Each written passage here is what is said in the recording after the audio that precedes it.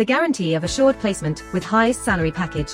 Academic year 2023 to 2024, 100% placement. Admission opens in Saint Mother Teresa Engineering College. இன்று பிற்பகலில் நடைபெறவுள்ள காவிரி மேலாண்மை ஆணைய கூட்டத்தில் காவிரியில் உரிய நீரை பெற தமிழ்நாடு அரசு வலியுறுத்த உள்ள நிலையில் மேகதாது அணை விவகாரத்தை எழுப்ப கர்நாடக அரசு திட்டமிட்டுள்ளது.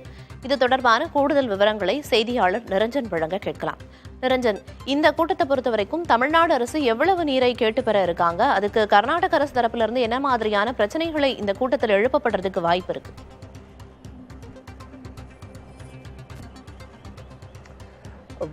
தமிழ்நாடு அரசை பொறுத்தவரை கடந்த முறை நடந்தபோது கிட்டத்தட்ட 5.73 டிஎம்சி அளவுக்கு தண்ணீரை திறந்து விடணும் அப்படின்ற ஒரு கோரிக்கையை முன் வச்சிருந்தாங்க. இந்த காவிரி மேலாண்மை ஆணையம் அமைக்கப்பட்டதிலிருந்தே கூட கர்நாடகா எந்த மாதமும் உரிய தண்ணீரை திறந்து விடுவதை கிடையாது.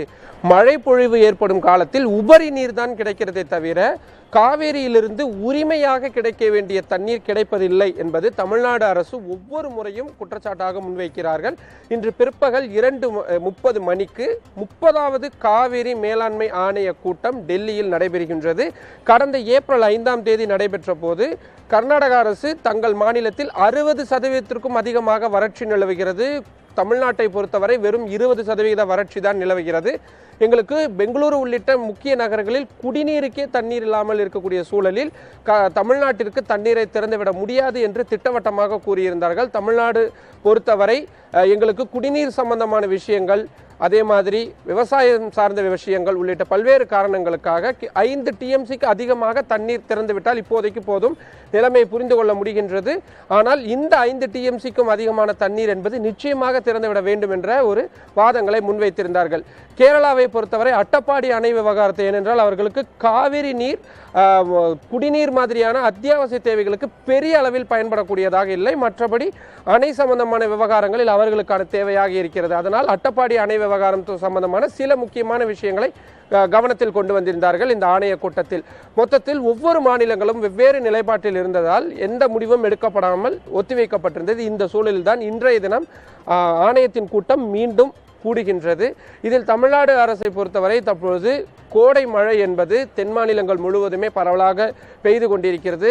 கர்நாடகத்திலும் மேற்கு தொடர்ச்சி மலை ஒட்டிய பகுதிகளிலும் சரி, காவிரி நீர்பிடிப்பு பகுதிகளிலும் மழை என்பது போதுமான அளவிற்கு பொழிந்திருக்கின்றது. அதனால் இந்த முறை தண்ணீர் திறந்து விடுவதற்கு கர்நாடக அரசு எதிர்ப்பு தெரிவித்தால் அதனை மடக்குவதற்கு, அதனை சுட்டிக்காட்டுவதற்கு தமிழ்நாடு அரசு அதிகாரிகள் தயாராக இருக்கிறார்கள்.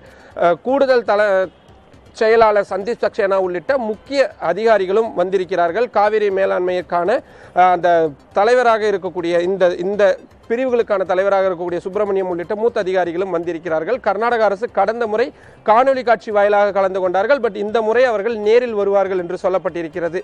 கர்நாடகாவை பொறுத்தவரை மேகதாது அணை விவகாரம், ஏனென்றால் தண்ணீர் திறப்பை முடியாது என்று சொல்லிவிட்டால் அடுத்த கூட்டத்தில் அவர்கள் முன்னெடுக்கக்கூடிய விஷயம் ஒவ்வொரு முறையும் மேகதாதுவாகத்தான் இருக்கின்றது.